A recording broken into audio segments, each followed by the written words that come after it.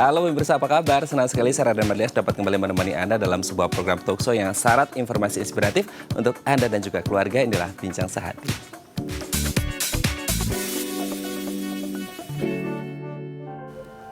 Ya pemirsa, saat ini di masa pandemi salah satu yang bisa kita lakukan untuk menangkal virus corona adalah memiliki imunitas yang baik. Nah, imunitas yang baik ini bisa didapatkan kalau kita memiliki gaya atau pola hidup yang sehat. Nah, salah satu pola hidup yang sehat yang sering kita dengar adalah vegetarian yang mengubah asupan kita dari produk hewani menjadi produk nabati seperti itu. Nah, sebenarnya apa itu vegetarian dan manfaatnya bagi kesehatan tubuh kita? Nah, inilah topik yang akan kita bahas hari ini, mengenal pola hidup vegetarian. Nah, sebelum kita membahas lebih mendalam tentang apa itu vegetarian, kita akan saksikan terlebih dahulu nih salah satu sosok yang sudah menerapkan pola hidup vegetarian. Dia adalah Helga Angelina Cahyadi. Seperti apa sosoknya? Ini dia. Kesadaran tinggi untuk bisa hidup sehat dan mencoba untuk mengonsumsi makanan sehat dan memutuskan untuk menjadi seorang vegan. Inilah yang dilakukan oleh Helga Angelina Cahyadi, anak kedua dari 3 bersaudara yang lahir di Jakarta 2 Desember 1990. Semasa kecil, Helga punya pengalaman kurang baik dengan kesehatannya. Ia sering sakit seperti asma, sinusitis, dan eksim. Beruntung ia memiliki ibu yang seorang dokter dan selalu memberikannya obat. Sampai berusia 15 tahun, Helga memiliki masalah pada ginjal dan livernya. Setelah ditelaah lebih jauh, ternyata itu muncul dikarenakan kebanyakan mengonsumsi obat-obatan kimia.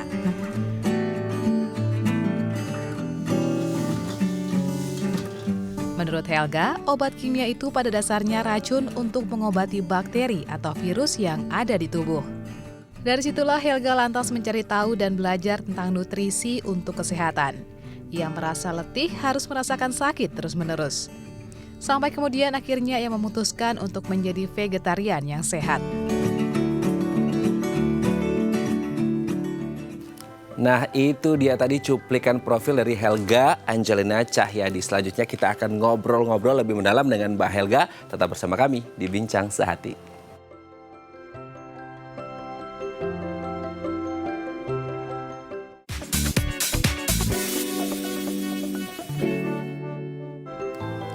Baik, Anda masih bersama kami di Bincang Sehati. Tadi di segmen sebelumnya kita sudah membahas ada salah satu sosok yang kemudian sudah menerapkan pola hidup vegetarian. Dia adalah Mbak Helga Angelina Cahyadi. Nah, sekarang kita sudah tersambung di sambungan Zoom dengan Mbak Helga untuk berbincang-bincang lebih lanjut tentang pola hidup vegetarian. Selamat pagi Mbak Helga, apa kabar? Pagi Mas Raden, baik. Baik ya, oke Mbak Helga, hari ini kita akan membahas tentang pola hidup vegetarian seperti itu. Nah, kalau kita lihat kan Mbak Helga ini adalah seorang vegan ya gitu. Nah, apa yang kemudian melatar belakangi Mbak Helga untuk menjadi seorang vegan dan sejak kapan gitu? Ya, kalau aku mulainya sebenarnya vegetarian dulu, itu sekitar 14 tahun yang lalu. Jadi awalnya tuh sebenarnya untuk kesehatan sih. Jadi aku ada beberapa isu kesehatan kronis yang kambuhan gitu sifatnya. Kayak asma, sinusitis, eksim, terus udah coba diobatin, cuma kan menurut dokter kalau penyakit kronis itu kan nggak bisa disembuhkan kan, dia hanya bisa di-manage supaya nggak kambuh gitu. Nah terus kebetulan waktu itu saya baca beberapa buku tentang penyembuhan alternatif melalui pola makan nabati. Jadi dari situ saya coba tuh pola makan vegetarian yang alami, kuncinya alami juga ya Mas. Jadi vegetarian itu kan nggak semuanya sehat. Kalau makannya semuanya yang serba instan itu juga bisa disebut vegetarian junk food gitu. Nah jadi waktu itu saya makan yang vegetarian alami. Dalam 2 tahun isu kesehatan saya tuh membaik banget. Bahkan ada 2 yang hilang total, yang satu tuh membaik banget. Nah dari situ saya jadi mulai menjalani pola hidup vegetarian dengan sangat serius dan nggak pernah balik lagi ke pola hidup yang seperti dulu gitu. Nah tapi kalau misalnya titik balik menjadi vegan sih sebenarnya gara-gara waktu itu saya nonton dokumenter tentang lingkungan, tentang efek buruk dari peternakan hewan untuk daging maupun produk susu gitu ke lingkungan, ke perubahan iklim. Nah dari situ jadi saya sama suami saya tuh komit, ya udah deh kita go 100% vegan atau plant based aja, karena buat kita menghindari produk susu kalau untuk lingkungan mah worth it banget gitu.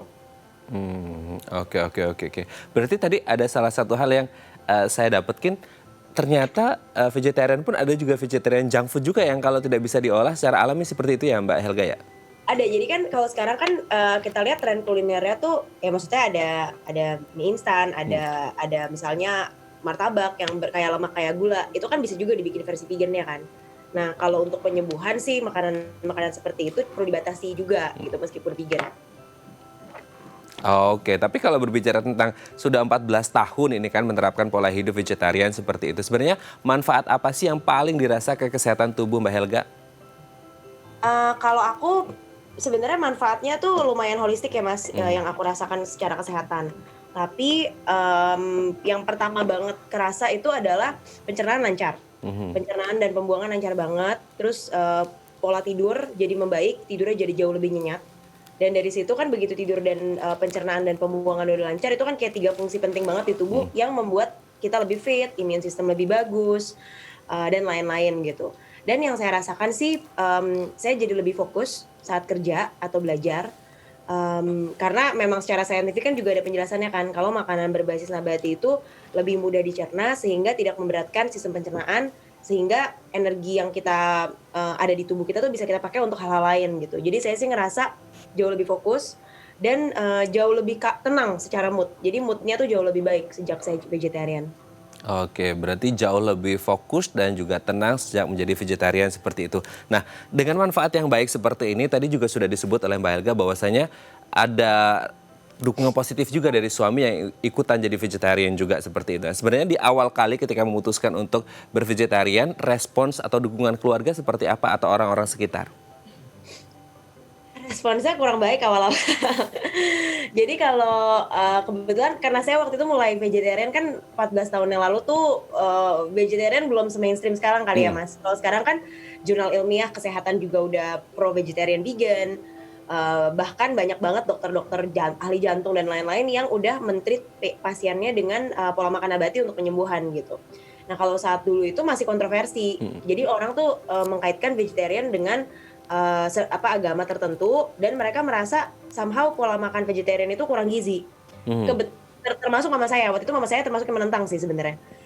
Jadi waktu itu saya ditentang sih, cuma ya saya berpacu pada buku yang saya baca, jadi ya saya ngelakuin sendiri aja gitu.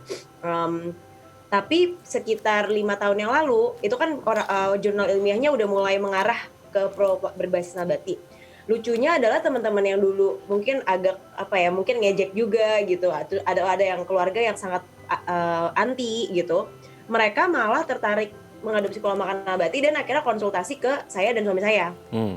Jadi malah nanya dan tertarik gitu. Jadi kayaknya waktu itu karena mungkin belum banyak yang tahu aja sih. Belum banyak yang tahu sehingga akhirnya informasinya juga belum diserap dengan baik seperti itu ya, product knowledge tentang vegetarian itu sendiri. Tapi kalau berbicara tentang vegetarian nih saat ini ada kesulitan nggak untuk menemukan tempat-tempat yang menyediakan menu vegetarian seperti itu, apalagi kalau pas lagi jalan gitu sama suami keluar gitu hangout gitu, itu susah nggak sih untuk menemukan tempat-tempat makan seperti itu? Gampang banget sekarang. Sejak 2 tahun lalu lah saya Hmm. bilang itu gampang banget.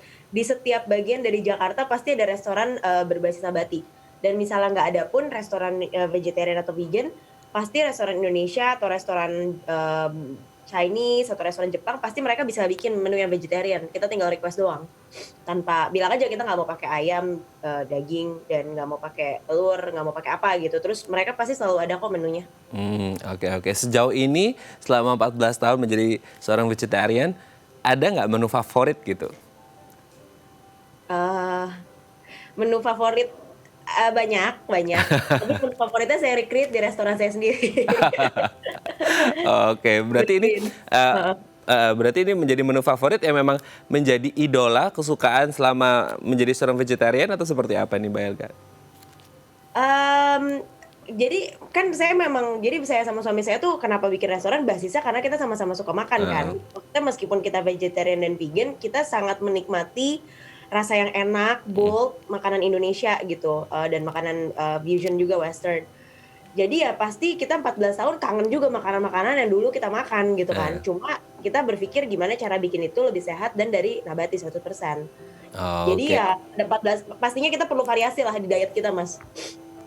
Oke, variasi dalam diet kita, dalam menu makanan pola asupan kita seperti itu ya. Tapi kalau melihat tadi kan trennya Mbak Helga bilang apalagi di Jakarta gitu ya, lebih spesifiknya kita bisa dengan mudah menemukan restoran-restoran vegan seperti itu atau kita bisa request. Berarti apakah ini menjadi pertanda bahwasanya pola hidup vegetarian sekarang sudah mulai diterima oleh masyarakat luas dan banyak diketahui?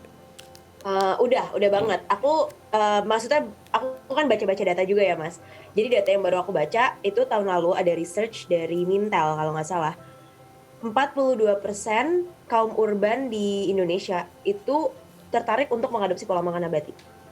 Dari tertarik untuk mengadopsi pola makan nabati, kita nggak tahu nih berapa persen ya yang beneran melakukan. Tapi 42% orang tertarik loh, 4 dari 10. Menurut saya itu data yang wow banget, hampir setengah orang tertarik gitu. Dan kalau saya ngelihat observasi aja sih, kalau ini nggak data ya, tapi observasi dari lingkungan sekitar, banyak banget teman-teman saya yang dulu tuh kalau saya nanya, kok lu nggak makan ini sih Hel? Terus saya jelasin vegan apa, sekarang justru mereka nanya, tertarik gitu, kayak Hel, lu sejak vegan ininya lu ganti apa? Proteinnya lu dapet dari mana? Lemak lu dapet dari mana? Masak ini pakai apa? Pengganti ini pakai apa? Jadi udah pasti knowledge mereka tuh udah jauh lebih tinggi tentang pola makan nabati dibandingkan dulu gitu. Karena dari kualitas pertanyaan yang saya dapat juga sih setiap ketemu orang baru. Oke, tapi ini yang kemudian sering terjadi nih di masyarakat kita nih Mbak Helga. Ketika orang ngomongin vegetarian gitu ya, memutuskan untuk vegetarian, pasti ada aja yang komentar gini, aduh kalau nggak makan daging kayaknya lemes deh gitu. Kayaknya selama ini karena kebiasaan makan daging gitu kan. Gimana kalau nanti nggak makan daging, pasti lemes. Nanti ada pertumbuhan yang terganggu, apalagi untuk anak-anak, tumbuh kembangnya. Jadi banyak sekali hal-hal seperti itu, pasti Mbak Helga juga sering mendengarkan seperti itu. Nah gimana nih pendapatnya Mbak Helga? Kalau aku sih orang yang suka banget kalau misalnya memberikan argumen harus berbasis data, Mas. Karena tentunya kita harus mengutip jurnal ilmiah atau ahli-ahli yang memang sudah belajar dengan dalam tentang topik tersebut. Rata-rata orang yang ngomong kayak gitu pasti nggak belajar nutrisi. Karena kalau di ilmu nutrisi sendiri, kita bahkan research terbaru bilang bahwa kalau atlet-atlet yang mengadopsi pola makan nabati, recovery mereka lebih cepat, yang membuat mereka bisa latihan lebih sering dan less injured. Jadi terus sangat mungkin untuk atlet-atlet ini perform dengan sangat baik, mau itu bodybuilding, running, pokoknya any kind of sport dengan pola makan nabati. Bahkan itu memberikan mereka competitive advantage gitu, karena mereka imun sistemnya lebih baik, recovery lebih cepat, tidurnya lebih enak, dan itu sangat berpengaruh sama fitness level dari seorang atlet gitu. Jadi kalau ngomong makan daging, nggak makan daging itu lemes, itu tuh itu sangat tidak di backup sama jurnal ilmiah. Nah, cuma memang mungkin ada beberapa orang, ini tuh biasanya dari anekdot. Jadi ada orang mengadopsi pola makan vegetarian atau vegan tanpa research tentang nutrisinya mereka harus makan apa aja. Jadi mereka mengganti daging bukan dengan protein nabati yang sepadan. Misalnya kayak tempe, tahu, kacang-kacangan. Mereka gantinya misalnya dengan karbohidrat yang digoreng, misalnya perkedel, jagung. Ya tentunya kan gizinya seorang ini nggak seimbang. Saat gizi itu orang itu nggak seimbang, mau itu proses pola makannya nabati atau hewani, ya tentu saja orang tersebut akan sakit dan lemes gitu. Nah biasanya anekdot seperti ini yang digoreng. Dibilang ke orang-orang, oh kalau misalnya vegetarian jadi lemes, oh kalau vegetarian gue jadi sakit. Padahal mereka tidak melakukan pola makan nabati tersebut dengan pola makan atau gizi yang seimbang. Jadi itu yang saya lihat banyak banget terjadi. Nah kedua, sebenarnya riset yang paling baru adalah dari Harvard, ini bilang kalau misalnya kita mengganti daging merah dengan kacang-kacangan kayak kacang merah, tempe, tahu gitu, kita bisa menaikkan longevity atau memperpanjang, mengurangi resiko kematian dini sampai dengan 13%. Itu menurut saya juga lumayan ya siapa sih yang nggak mau mengurangi resiko kematian ini dari penyakit kronis gitu kan. Dan ternyata research-nya udah jelas bahwa yang perlu kita lakukan salah satunya adalah mengganti daging merah dengan protein nabati gitu. Jadi sebenarnya jurnal ilmiahnya sih udah sangat pro pola makan nabati ya, tapi memang dari jurnal ilmiah sampai dimengerti sama masyarakat urban atau awam itu yang butuh waktu sih menurut saya gitu. Oke, jurnalnya sudah ada, tinggal kita mau baca atau enggak dan waktunya. Oke, Betul. terakhir mungkin Mbak Helga nih, apa yang disampaikan untuk teman-teman yang sekarang lagi coba-coba atau ada niatan untuk menjadi seorang vegetarian, apa yang harus disemangati dan bagaimana caranya tips untuk menjadi seorang vegetarian yang tetap konsisten seperti Mbak Helga? Ya, jadi yang pertama adalah sebenarnya menurut saya dua yang paling penting, tiga lah ya, motivasi, pengetahuan sama peer support. Jadi kalau pengetahuan, motivasi dulu lah. Orang itu mau jadi pola makan nabati kenapa? Biasanya kan rata-rata ada alasan kesehatan, ada alasan lingkungan, ada alasan ethics. Yang penting motivasinya strong dulu. Karena kalau kita motivasinya hanya ikut-ikutan orang, pasti kita gampang bosen, gampang menyerah. Cuma kalau kita motivasinya kuat dari dalam diri, pasti kita akan lebih nggak menyerah lah. Kita akan lebih konsisten menjalankan sesuatu. Ini kan berlaku untuk semua hal gitu ya. Nah yang kedua pengetahuan. Kalau pengetahuan ini penting untuk teman-teman tuh punya critical thinking. Kalau dengerin orang ngomong harus cari orang yang memang ahli di bidangnya. Misalnya dengerin tentang nutrisi, jangan dengerin orang yang hanya punya follower banyak di Instagram tapi sebenarnya nggak belajar nutrition gitu. Karena banyak juga nih kita dengar katanya tapi katanya siapa itu kita nggak bisa validasi gitu. Jadi pastikan belajar dari sumber yang terpercaya. Dan kalau baca, jangan cuma baca artikel, tapi cari jurnal ilmiahnya yang benar-benar backup by science gitu. Karena kalau artikel itu rata-rata opini juga dari jurnalis. Nah, yang ketiga, peer support. Kalau rata-rata teman-teman saya yang melakukan pola makan nabati, yang sukses itu adalah yang keluarga atau teman terdekatnya tuh mensupport dia. Nggak harus ikutan, tapi at least mensupport bahwa dia punya pola makan yang berbeda dengan kebanyakan orang, dan mengakomodasi orang tersebut. Misalnya ngajak dia makan, ajak ke tempat yang juga ada variasi makanan nabati gitu. Jadi orang ini nggak merasa sendiri gitu, merasanya disupport. Nah itu benar-benar menurut saya sih kayak key success factor kalau misalnya kita mau menjalankan pola makan nabati ini gitu. Nah cuma nggak menutup kemungkinan misalnya ada orang yang kemauannya kuat banget, motivasinya kuat banget, tapi lingkungannya nggak mensupport. Nah kalau yang itu sih yang penting belajar nggak dengerin orang aja sih. Jadi kalau ada orang yang mungkin mencoba menggoyahkan pilihan kita, ya masuk kuping kanan, keluar kuping kiri aja. Gitu. Pokoknya intinya stay fokus kalau ingin menjadi seorang vegetarian ya. Baik, terima kasih Mbak Helga sudah berbagi bersama kami di Bincang Sehati pagi hari ini. Sehat-sehat terus dan salam untuk keluarga. Sama-sama, thank you Mas. Baik, pemirsa, selanjutnya kita akan membahas topik kita hari ini mengenal pola hidup vegetarian. Bagi Anda yang memiliki pertanyaan, Anda bisa menghubungi kami di nomor 021 290 32644 atau DM Instagram kami di @bincangsehati.tv. Kami akan segera kembali.